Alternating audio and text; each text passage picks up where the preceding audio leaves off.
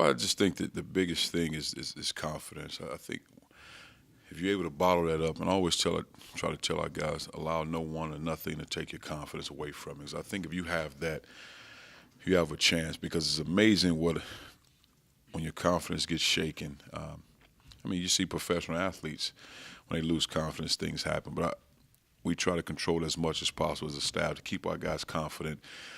You lose six in a row, but just continue to make progress, continue to work on your game, continue to compete and play hard. And eventually, it falls in line. Just like, for example, Brandon Chaka, who hadn't played in a while, and all of a sudden he plays well at Washington State. And I just think the only reason he didn't play more at Washington just because of the matchups, the big physical guards, and the way they post up and how they play. But he had been playing well, and I thought he played well in that game when he played. And King played well against Washington State, did a great job blocking shots, and I felt like we shouldn't have to double their big guy, and King did his job. Even though he's a talented player, I just felt like we needed to defend one-on-one, so both of those guys stepped up. And again, the case against Washington, the lineup, so it was hard to play King when they went smalls. And I thought Dave did a tremendous job of really trying to guard the perimeter with smaller guys that can make plays off the dribble, which is not an easy thing to do for a big guy. But I just thought our guys, played well as a team. And I said it before. I saw it happening, even those losses. But, some games it might be 15 minutes, might be 17 minutes. The offensive flow started to come back with Berg because you had to incorporate him into what we were trying to do. And then the guys had to gain some confidence. Dwight Tallwater gained confidence, made a big shot. But we transitioned him down where he works a lot with the guards in the past, 3 weeks. So now able to move on the perimeter, getting shots and moving. He's done a good job. But I see the guys as a team really making progress.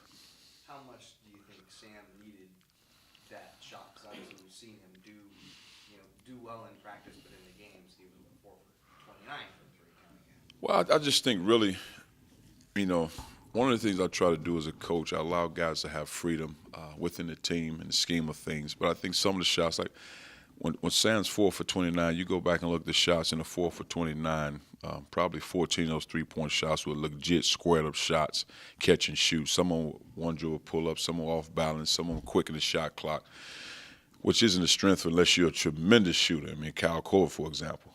So I think Sam wasn't shooting those shots in game situations, game speed, at the right time when he was shooting a shot. But I think for Sam's still a point guard. Sam's mentality is to facilitate the offense.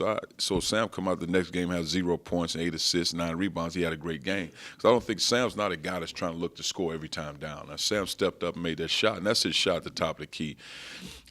But again, you're talking about one of the hardest workers on the team, a guy that spends a tremendous amount of hours working on his game. So for me, I was more happy as a dad than a coach to see him make that shot because I know the time he puts into it. I know the pressure he puts on himself to be successful. So, but again, you look at the game before that. He drove the ball. He made plays. And again, like I told Sam's a physical guard. 200-plus pounds. He's strong. He can drive the ball. He can make plays. But it's just every man's time. And I remember Coach Katie used to get on me about shooting the ball from the perimeter. I wasn't ready to shoot it. And I guess it was just my time in my junior year to really step out and shoot three-point shots. So the same thing with Sam, whenever he feels comfortable, because he has a lot of skill, and we need his production. Jabari, at the start of the Washington game, really looked assertive from the very beginning. And he had, I think, about 2 different spurts in that game where he wanted the ball and wanted to do something with it. You just need to have him stretch that out more now. Yeah, just to be aggressive. Again, when you go that long without working out or playing, it wasn't a case of where he can still run. He wasn't doing anything outside of weightlifting. So you're probably talking about a guy that added 5-10 pounds of muscle. 5-10 pounds, not necessarily all muscle, but 5 or 10 pounds. So now all of a sudden you're going back in game speed. You're playing at a high level in Pac-12. It's not like you had 3 or 4 preseason games to get ready. You're back in the mix of things where it's physical, they're grinding, they understand your reputation, so they're not going to allow you to do the things that you're capable of doing. So that part is hard. Now you have to defend, you have to move, you have to run. And that takes a toll on you physically. I remember when I came back from a knee injury, some of the same things, trying to get your body back to game speed with the bumping and banging. But for him, he has the mentality to score the ball. He scores in a variety of ways, and I think it will get him when he's feeling better, as far as physically, to be able to post up more and get baskets around the rim. You see him, one time he missed a shot. He tipped the ball right back in. So he has all that, and I just think, again, he opens the game up for us, for other guys to make plays. Now all of a sudden when you have 5 guys out there making plays, the offense flows, and now you can see what you saw in the preseason. You have to pull Yes. both times, and like the shot he can make. He has all that. I mean, again, you're talking about a guy 6'6", and it was, think about Jordan Jabbar. Once they get it here in the square, I think it's going in every time.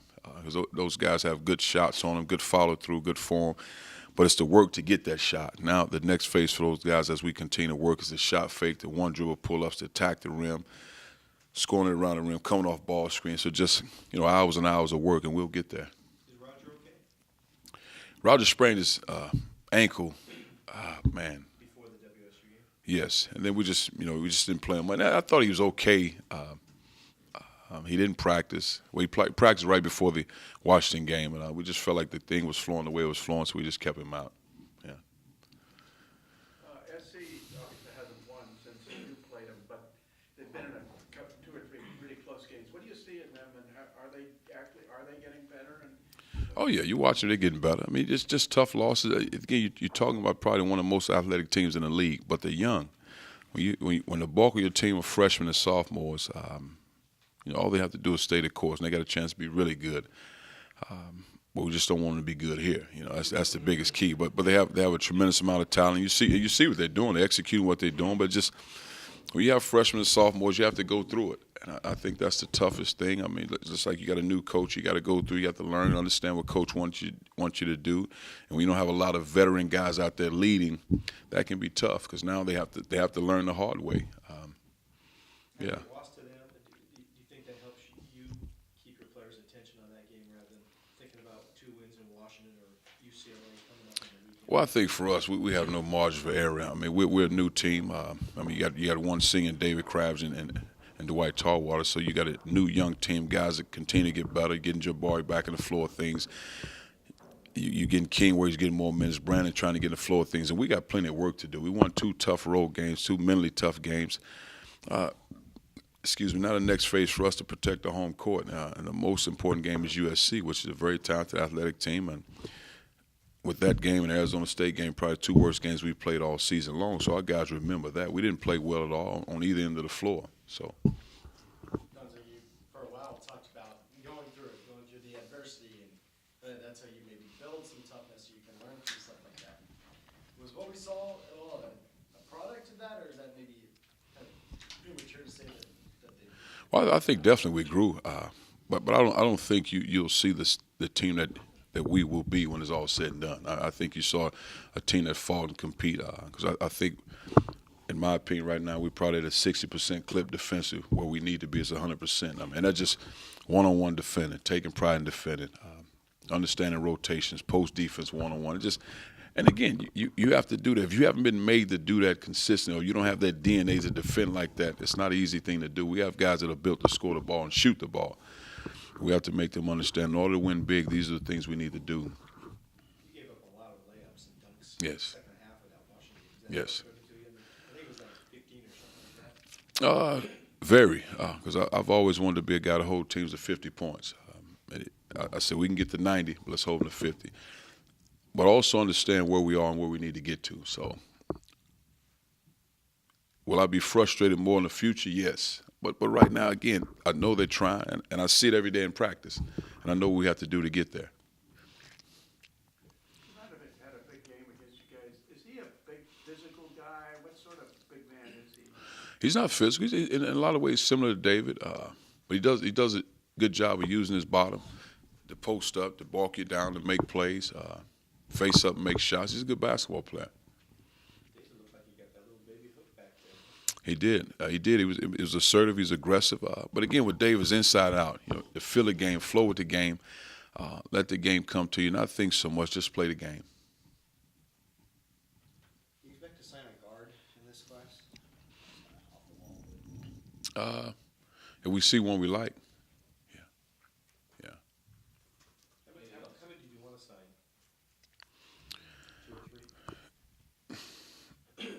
2 good pieces if we like the pieces, because we have a good core returning.